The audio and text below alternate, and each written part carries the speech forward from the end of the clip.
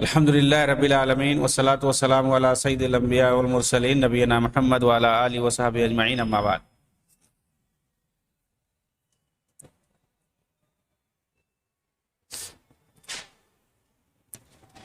اعوذ باللہ من الشیطان الرجیم، بسم اللہ الرحمن الرحیم۔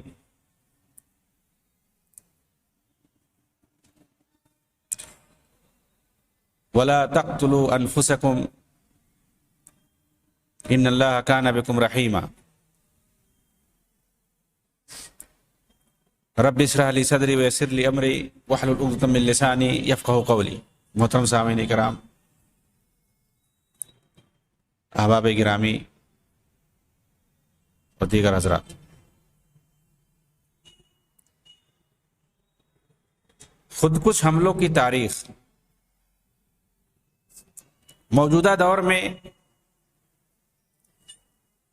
تکفیری تنظیموں کی طرف سے جو خودکش حملے کیے جا رہے ہیں، آپ سنتے رہتے ہیں افغانستان میں خودکش حملہ ہوا، اتنے شہری جاں بحق ہو گئے، اتنے بچے جاں بحق ہو گئے، اتنے لوگ مارے گئے۔ سوڈان میں خودکش حملہ ہوا، نائجیریا میں خودکش حملہ ہوا، عراق میں خودکش حملہ ہوا، سیریا میں خودکش حملہ ہوا، سنتے رہتے ہیں۔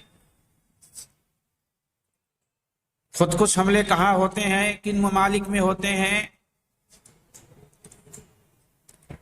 آپ فہرست دیکھیں گے، 99% مسلم علاقوں میں، مسلم ممالک میں کرنے والے یہی ساری جو تکفیری تنظیمیں ہیں،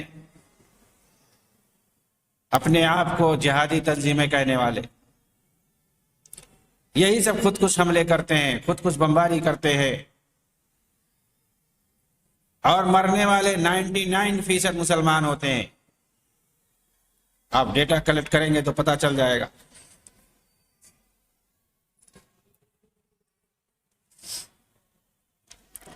ایسی صورت میں ہمیں ان خودکش حملوں کی تاریخ جاننا ضروری ہے کہ اس کا رواج کب سے ہوا، کن لوگوں نے شروع کیا۔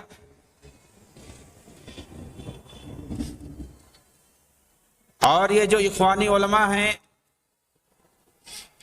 خودکش حملوں کو سرفروشانہ مجاہدین کے حملوں سے جوڑ کر کے دیکھتے ہیں، کیا یہ صحیح ہے غلط ہے؟ ان سب پر گفتگو ہوگی ہماری۔ اگر ہم اس کی تاریخ میں جاتے ہیں تو ہمیں سب سے پہلے اس کا رواج حسن بن صباح کے دور میں 7ویں ہجری کے اندر ملتا ہے، یعنی 700-800 سال پہلے۔ اس کا جو حشاشین والا گروہ تھا، حشاشین والا گروہ کا مطلب کیا ہے؟ نشہ آور چیزیں پلا کر کے رکھتے تھے یہ لوگ اپنے گرگوں کو، اپنے کارندوں کو۔ ان کا عقیدہ کیا تھا کہ ان کا لیڈر جو ہوتا ہے وہ معصوم عن الخطا ہوتا ہے، اسے جنت کی کنجی دی گئی ہے، اپنے پیروکاروں میں سے جس کو جب چاہے وہ ڈال دے جنت کے اندر۔ حسن بن صباح نے قتل نفس کو یعنی خودکشی کو جائز کر رکھا تھا، بلکہ اس کا یہ عقیدہ تھا کہ جنت تک پہنچنے کے لیے یہی سب سے بہتر طریقہ ہے۔ 5ویں سے 7ویں صدی کے نصف تک شیعہ علویوں کے اس باطنی قاتل گروہ نے ایران اور شام کے درمیانی علاقوں میں خوب فساد مچایا اور قلعۃ الموت کو اپنا اڈا بنا رکھا تھا۔ حسن بن صباح یہ چھوٹے بچوں کو اچکتا تھا، پھر انہیں اسماعیلی باطنی طریقے پہ تعلیم دلواتا، انہیں ادب اور شعر سکھاتا، پھر فوجی تربیت دیتا اور سخت مشقتوں سے گزارتا انہیں۔ پھر انہی میں سے جس کو استعمال کرنا ہوتا تو کچھ نوجوانوں کو بلواتا اور ایک دسترخوان پر بٹھاتا، انہیں افیم یعنی حشیش پلاتا، جب وہ مدہوش ہو جاتے تو انہیں اپنی مصنوعی جنت میں داخل کرتا، جہاں پہنچ کر وہ بے ہوش ہو جاتے، جہاں پہنچ کر انہیں ہوش آ جاتا بے ہوشی کے بعد، اور وہاں وہ خوبصورت لڑکیوں کو گیت گاتے ہوئے دیکھتے جنہیں وہ حور عین کہتے تھے۔ وہ اس سما کو دیکھ کر محسوس کرتے گویا وہ جنت الفردوس میں پہنچ گئے ہیں۔ پھر وہ لڑکیاں حسب حکم ان نوجوانوں کے ساتھ کھیل کر انہیں دوبارہ حشیش پلا دیتی، افیم پلا دیتی، اور مدہوش ہونے کے بعد انہیں اٹھا کر حسن بن صباح کے پاس پہنچا دیتی۔ کچھ دیر بعد اس کے سامنے انہیں ہوش آتا تو ان سے حسن بن صباح اس جنت کے بارے میں پوچھتا، اس کی تفصیل پوچھتا تو پورا بتاتے کہ کیسے گیا تھا میں جنت میں۔ پھر ان کے سامنے اس جنت کو اس طریقے سے پیش کیا جاتا کہ وہ سب حسن بن صباح کے حکم سے ہر وقت اس میں جانے کے لیے بے چین رہتے، اس کے جو حواری مواری ہوتے اس کی خوب تعریف کرتے اس جنت کی۔ اب یہ لوگ اس میں جانے کے لیے دوبارہ تڑپتے کہ ہمیں دوبارہ جانا ہے، بے چین ہو جاتے کہ ہمیں دوبارہ وہاں پہنچاؤ، کیونکہ انہیں معلوم نہیں ہوتا کہاں سے گئے، کس طریقے سے، کس راستے سے گئے اور کس راستے سے انہیں نکال لائے گا، کیونکہ بے ہوش کر کے انہیں وہاں لے جایا جاتا تھا اور بے ہوش کر کے پھر واپس لایا جاتا تھا، انہیں راستہ نہیں معلوم ہوتا۔ چنانچہ اپنی نظر سے تو وہ خود دیکھ کر کے آتے اس کی لذت لے کر کے، اور پھر اس کے بعد ان کے سامنے تعریف بھی کی جاتی تو بے چین ہو جاتے دوبارہ اس کے اندر جانے کے لیے۔ مگر حسن بن صباح ان سے کہتا کہ اس میں جانے کے لیے شارٹ کٹ راستہ یہ ہے کہ یا تو تم خودکشی کر کے یا قلعے کے اوپر جا کے خود کو نیچے گرا لو اور سیدھا اس جنت میں پہنچ جاؤ۔ اس طرح کئی ایک ایسی حرکت کر کے یہ نوجوان اپنی جان دے دیتے، اور اس کے بعد جو باقی رہ جاتے ان سے کہتا اگر تمہیں بھی اپنے ساتھیوں سے جا کر جنت میں ملنا ہے تو میرے حکم کی تعمیل کرنا ہوگا۔ پھر انہیں کچھ اہم مسلم لیڈروں، اہم شخصیتوں کو، اس میں خلفاء، وزراء، علماء اہل سنت والجماعت کے بڑے بڑے ائمہ، ان کا نام لیتا، وقت بتاتا، تاریخ بتاتا، دن بتاتا، جگہ بتاتا، سب کچھ بتاتا، ایڈریس پورا بتا دیتا، نام بتاتا، پہچان بتاتا، پوری تفصیل دے کر کے ان اہم شخصیتوں کو قتل کرنے پر انہیں مامور کرتا، بھیجتا انہیں کہ جا کر کے ان کو قتل کرنا ہے، اور یہ نصیحت کر دیتا کہ جیسے ہی شخص کو مار کر خود کو قتل کر لو گے فوراً اسی وقت اسی جنت میں چلے جاؤ گے جہاں تمہارے دوسرے ساتھی گئے ہیں۔ چنانچہ وہ نوجوان اپنے اس مہم کو جب تک پورا نہیں کر دیتا بے-تاب رہتا تھا، اور اس طرح 2 صدیوں کے درمیان سینکڑوں عظیم ہستیوں کو اس نے قتل کروایا حسن بن صباح نے۔ اس زمانے میں جنہیں ان حشاشین کے حملوں کا خطرہ ہوتا وہ خنجر پروف جاکٹ پہنا کرتے تھے۔ کون سی جاکٹ؟ خنجر پروف جاکٹ پہنا کرتے تھے، کیونکہ مشہور تھا کہ یہ حشاشین جو ہوتے تھے یہ خنجر سے حملہ کرتے تھے، چھپ کر کے حملہ کرتے، کہیں بھی دیکھتے، بھیڑ میں رہے کہیں بھی رہے، وہ اگر پہنچ گئے کسی طرح سے تو حملہ کر دیتے، اور اس کے بعد انہیں اس کا کوئی خوف نہیں رہتا کہ میں پکڑا جاؤں گا، مارا جاؤں گا، کیونکہ مارنے کے بعد، حملہ کرنے کے بعد وہ خود کو مار لیتے تھے، انہیں ضرورت ہی نہیں پڑتی تھی کہ کوئی دوسرا مارے۔ یہ تاریخ ہے خودکشی کی، خودکش حملوں کی، فدائی حملوں کی، یہ تاریخ ہے حسن بن صباح کے دور سے یہ شروع ہوا ہے۔ اور کس کے خلاف؟ مسلم حکمرانوں کے خلاف، مسلم وزراء حکمرانوں کے خلاف، مسلم خلفاء کے خلاف، اور مسلم علماء کے خلاف۔ یہی 3-4 طبقہ کے لوگوں کو یہ لوگ مارتے تھے۔ آج کے جو داعشی خوارج ہے انہی لوگوں کو نشانہ عام طور سے بناتے ہیں۔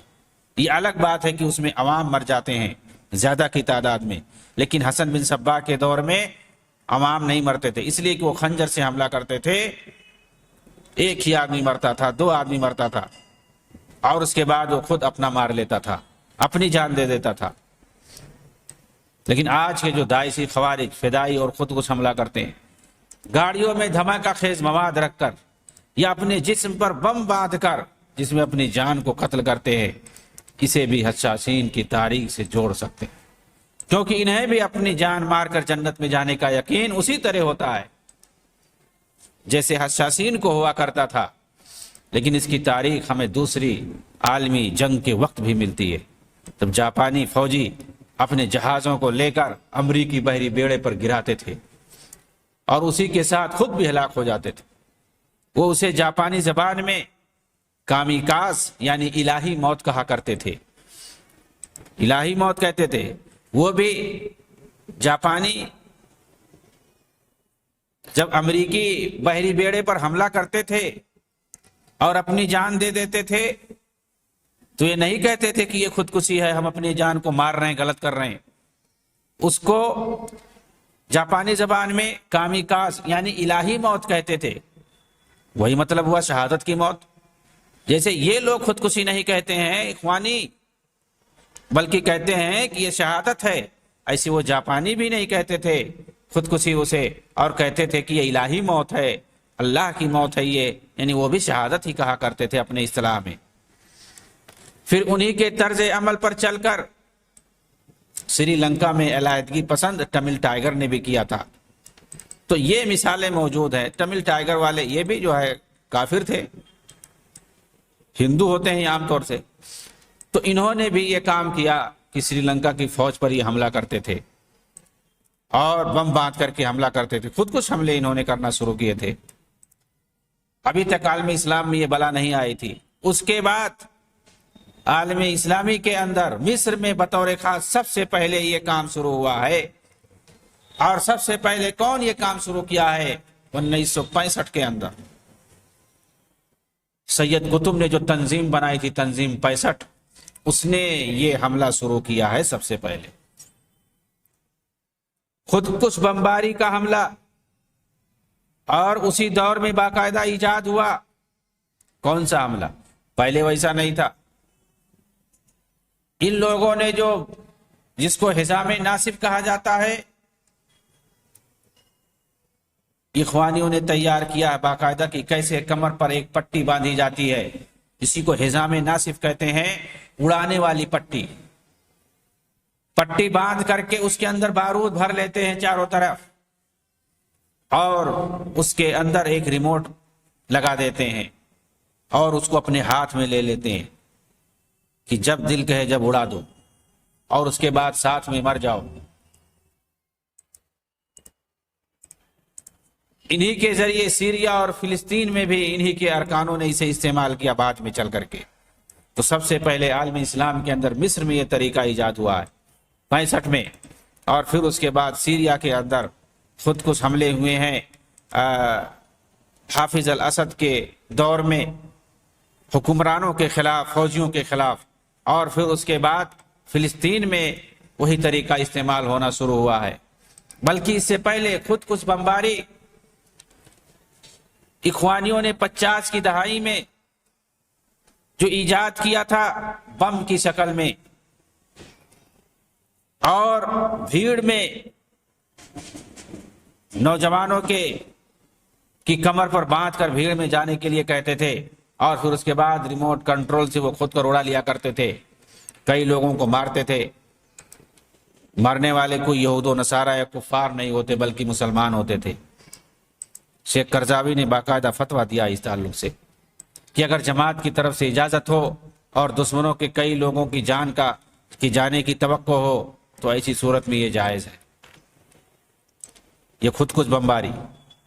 اس کے تعلق سے بعد میں 70 کی دہائی میں جمال عبد الناصر کے دور میں بھی ان لوگوں نے خود بمباری کی، حکومت کے خلاف، حکمرانوں کے خلاف، فوجیوں کے خلاف، اور باقاعدہ جمال عبد الناصر کو مارنے کا انہوں نے جو پلان بنایا تھا وہ باقاعدہ اسی خود کش بمباری کے ذریعے سے۔ اخوانی سعد حجاج نے لکھا ہے، جسے الصفحات کے اندر صفحات من تاریخ الاخوان المسلمین، اس کے اندر ذکر کیا ہے 509 نمبر صفحہ پر، کہتا ہے کہ الحزام الناصب کانت فکرہ تستخدم عند الہجوم علی الجماعہ فلا بد من رد من جانبنا وكنت انا المرشح لحمل هذا الحزام واحتضان عبد الناصر والموت معه۔ یہ سعد حجاج کہتا ہے کہ خود کش بم کی سوچ ہم ہی لوگوں نے بھیڑ پر حملہ کرنے کے لیے پیدا کیا تھا، کیونکہ جو ہماری مخالفت کر کے اس کا جواب دینا ضروری ہے، اور اس طرح کا خود کش بم کمر میں باندھ کر جمال عبد الناصر پر حملہ کر کے اس کے ساتھ مر جانے کے لیے پہلے مجھے ہی چنا گیا تھا۔ وَكُنْتُ أَنَا الْمُرَشِّحُ لِحَمْلِ هَذَا الْحِزَامِ، یہ خود کش پٹی باندھ کر کے اپنے کمر میں، وَاحْتِضَانِ عَبْدِ النَّاصِرِ وَالْمَوْتِ مَعْهُ، عبد الناصر پر حملہ کر کے اس کے ساتھ مر جانے کے لیے، جان دے دینے کے لیے مجھے ہی چنا گیا تھا۔ لیکن اس کے بعد میں نے اپنے آپ کو الگ کر لیا کہ میں اس طرح سے جان نہیں دے سکتا ہوں۔ اس کے بعد دوسرے کو چنا گیا اور وہ تیار ہو گیا۔ تو ان لوگوں نے مصر کے اندر سب سے پہلے یہ خود کش بمباری کا رواج عام کیا ہے، یعنی مسلمان حکمرانوں پر حملہ کرنے کے لیے انہوں نے سب سے پہلے یہ کام چنا ہے۔ اور دیکھیے صرف یہی نہیں، حزام الناصب جسے کہتے ہیں، بلکہ کار بم کا ایجاد بھی انہی لوگوں نے کیا، اخوانیوں نے۔ چنانچہ اس کی تاریخ کے بارے میں کہا جاتا ہے کار بم کہ ملک فاروق کے دور میں، یہ حسن بننا کا دور ہے، حسن حزیبی کا دور ہے، ان کے پہلے اور دوسرے مرشد کا زمانہ ہے۔ ابراہیم عبد الہادی پاشا کو قتل کرنے کے لیے، جو کہ وزیر اعظم تھا اس وقت کا، یہ کہتے ہیں یہ لوگ، ایک کار کو اجرت پر لے کر اس میں دھماکہ خیز مواد رکھا گیا تھا اور اسے پاشا کی کار سے ٹکرانا تھا تاکہ اس کے ساتھ دیگر معصوموں کی جان لی جائے۔ چنانچہ محمود سباغ نے لکھا ہے، محمود سباغ کی جو کتاب ہے تنظیم الخاص، صفحہ نمبر 355 میں جا کر کے دیکھیں، تنظیم الخاص بہت ہی بھینکر کتاب ہے۔ حسن بننا نے جو مسلح فدائی خفیہ تنظیم بنائی تھی، نوجوانوں کو مسلح تربیت دے کر کے حکومت وقت کے خلاف استعمال کرنے کے لیے، اسی کے تعلق سے انہوں نے یہ کتاب لکھی ہے محمود سباغ نے، اور اس تنظیم کے ساتھ اس کے اندر کیا کیا ہوتا تھا اس کی پوری تفصیل لکھی ہے۔ اسی کے اندر صفحہ نمبر 355 میں لکھا ہے، انہوں نے کیا کہتے ہیں دیکھیے، وَكَانَ التَّفْكِيرُ الْمَبْدَئِ أَن يَصْدُمَ مصطفیٰ کمال عبد المجید سیارت ابراہیم عبد الہادی بسیارت مجہزہ بعبوات ناصفہ تندفع فی الطریق الجانبی لتصطدم فجأة بسیارت ابراہیم عبد الہادی وتنفجر السیارت بمن فیہما۔ کہتے ہیں کہ شروع میں یہی پلان بنایا گیا تھا کہ مصطفیٰ کمال عبد المجید اپنی گاڑی میں ایٹم بم رکھ کر کے، بارودی بم رکھ کر کے روڈ کے اس کنارے کھڑا رہے جدھر سے ابراہیم عبد الہادی کی گاڑی گزرے، اور آتے ہی اس میں ٹکر مار دے تاکہ دونوں گاڑیاں تباہ ہو جائیں اور اس کے اندر جو ہوں وہ بھی مر جائیں۔ کہہ رہے ہیں کہ یہ فکرہ بنایا گیا تھا، کس کے دور میں بنایا گیا تھا؟ حسن بننا کے دور میں بنایا گیا تھا یہ فکرہ۔ تو چاہے کمر میں جو پٹی باندھ کر کے یہ لوگ حملہ کرتے ہیں، یہ فکرہ عالم اسلامی کے اندر سب سے پہلے اخوانیوں نے ایجاد کیا، مصر میں انہوں نے بنایا پٹی باندھنے والا کام، اور اسی طرح سے کار میں بم رکھ کر کے اس کو کسی دوسرے کار سے ٹکرانا، جس کو کار بم کہتے ہیں، اس کا بھی ایجاد انہی لوگوں نے کیا ہے۔ انہوں نے ٹکرانے کا کام کیا ہے، کیونکہ اس وقت کار پہ آیا جایا کرتے تھے لوگ، تو کار کے ذریعے سے ٹکرایا جائے۔ اخوانیوں نے خود کش حملے کے تعلق سے اس وقت سوچا جب انہیں معلوم ہوا کہ امریکی بحریہ کو ڈبونے کے لیے جاپانی فوجی امریکی فوجیوں کے اندر گھس کر حملہ کرتے تھے اور لڑاکا طیاروں سے مار کر نکل جاتے تھے، یہاں تک کہ بحر الکاہل میں بہت سے امریکی بیڑے یہ ڈبو دیے، یہ واقعہ 41 کا ہے، 1941 کا۔ اس کے بدلے میں امریکہ نے 45 کے اندر جاپان کے 2 مشہور شہر ہیروشیما اور ناگاساکی پر ایٹمی بم گرا دیا، جس میں 2,10,000 لوگ مارے گئے۔ یہ بھی خود کش حملے کی طرح تھا۔ خود کش حملہ کرتے تھے جاپانی لوگ امریکیوں پر، تو امریکہ نے کیا جواب دیا؟ پورا تو شہر ہی برباد کر دیا اور 2 لاکھ سے زیادہ لوگوں کی جانیں تباہ کر دیں، اور اس کے بعد زمانے تک وہ شہر تباہ رہے، برباد رہے، ویران رہے۔ اس کا یہی نتیجہ ہوا۔ آپ دیکھتے ہیں یہ جب خود کش حملے ہوتے ہیں تو پھر کیا کرتا ہے دشمن، کیا کرتا ہے؟ آپ کو دیکھنا ہو تو جا کر کے عراق، سیریا اور فلسطین میں دیکھیں۔ جب دشمنوں پر اس طرح سے خود کش حملے کیے جاتے ہیں، یہ بزدل تو مر گیا، چلا گیا، اس کے پیچھے کوئی دشمنوں کے حملوں کا روکنے والا ہے ہی نہیں، پھر دشمن کیسا حملہ کرتا ہے پبلک پر، آبادی پر، شہر پر، وہ دیکھنے کے قابل ہوتا ہے۔ کیسے لوگوں کو تباہ کر دیتا ہے، کوئی بچانے والا نہیں ہوتا ہے۔ اور اسے تو بھیج دیا گیا کہ تم جنت میں جا رہے ہو اپنی جان لے کر کے، لیکن اس کے بعد دشمن کیا حال کرتا ہے اس کا کسی کو اندازہ نہیں ہوتا ہے۔ جیسے امریکیوں نے تباہ کیا تھا ہیروشیما اور ناگاساکی، دونوں ملک کو تباہ کر دیا۔ کیوں؟ عاجز آ گئے کہ ہمارے اوپر یہ خود کش حملہ کرتے ہیں، ایٹم بم گرا دیا، 2 شہر کے شہر تباہ ہو گئے۔ ایسے ہی عام طور سے فلسطین میں ہوتا، 1-2 خود کش حملہ کرتے ہیں، کوئی 1 اسرائیلی یہودی مارا گیا، 2 مارا گیا، اس سے زیادہ نہیں مارے جاتے۔ انتقاماً وہ لوگ فلسطینی شہریوں پر حملہ کرتے ہیں اور سینکڑوں کی جانیں لے لیتے ہیں، کتنے گھر تباہ ہو جاتے ہیں، اس کا کوئی اندازہ نہیں ہوتا، اور یہ لوگ اسی کو جائز کہتے ہیں۔ اس کے بعد آنسو بہاتے ہیں کہ اسرائیل حملہ کر رہا ہے، کوئی پوچھنے والا نہیں ہے۔ ایک طرف نوجوانوں کو بھڑکا کر کے یہودیوں پر حملہ کرواتے ہیں، جان جاتی بھی ہے، نہیں بھی جاتی ہے، ان کو بس بہانہ مل جاتا ہے کہ بم پھوڑا گیا ہے ہمارے شہر میں آ کر کے، ہمارے علاقے میں آ کر کے، فلاں جگہ سے آیا، وہ فلسطینی ہے۔ اس کے بعد اس کو بہانہ بنا کر کے وہ مارنا شروع کر دیتے ہیں۔ اسی طرح اخوانیوں نے تاریخ اسلامی سے بھی استدلال کیا، جیسا کہ میں نے بتایا کہ جنگ امامہ میں برا ابن مالک رضی اللہ تعالیٰ عنہ حدیقۃ الموت کے اندر دیوار پر چڑھ کر کیسے گھس گئے تھے، پھر تلوار لے کر مسلمہ کی فوج سے مردانہ وار لڑنا شروع کر دیا، گویا آپ نے اپنی جان کو خطرے میں ڈال دیا، جیسا کہ خود کش بمباری میں ہوتا ہے۔ ایسا نہیں ہے، خود کش بمباری میں خطرے میں جان کو ڈالنا نہیں ہوتا ہے، جان کو لینا ہوتا ہے، اور دشمن کی فوج میں گھسنا یہ ضرور جان کو خطرے میں ڈالنا ہوتا ہے، لیکن جان لینا نہیں ہوتا ہے۔ اور معلوم ہونا چاہیے کہ برا ابن عازب کو کسی دشمن نے مارا نہیں تھا، بچ کے نکل آئے تھے کئی زخم کھا کر کے، ان کی وفات نہیں ہوئی تھی، شہادت نہیں ہوئی تھی، بچ گئے تھے۔ آپ دیکھیں گے ایسے 90% ایسے واقعات جو یہ لوگ بیان کرتے ہیں کہ دشمنوں کی فوج میں گھس گئے لڑتے ہوئے اور شہید ہو گئے اور بچ کے یا نکل آئے، تو 90% دیکھیں گے لوگ بچ کر کے نکل آئے ہیں۔ جو بہادر ہوتے ہیں وہی اندر جاتے ہیں دشمنوں کی صفوں میں، اور اکثر نکل کر کے واپس چلے آتے ہیں۔ شہادت پانے والے بہت کم ہوتے ہیں۔ یہ لوگ ان سے دل، ارے بھائی وہ اپنی جان نہیں لینے جاتے اپنے ہاتھ سے، وہ اپنے ہاتھ سے خود کو نہیں مارتے ہیں، دشمن مارتا ہے، وہ تو دشمنوں کو مارتے ہیں، صرف اپنی جان نہیں لیتے ہیں۔ تو اپنی جان لینے کی بات ہے، ان واقعات سے ہم استدلال نہیں کر سکتے ہیں، کیونکہ وہ اپنی جان نہیں لیتے ہیں، دشمنوں کی جان لیتے ہیں۔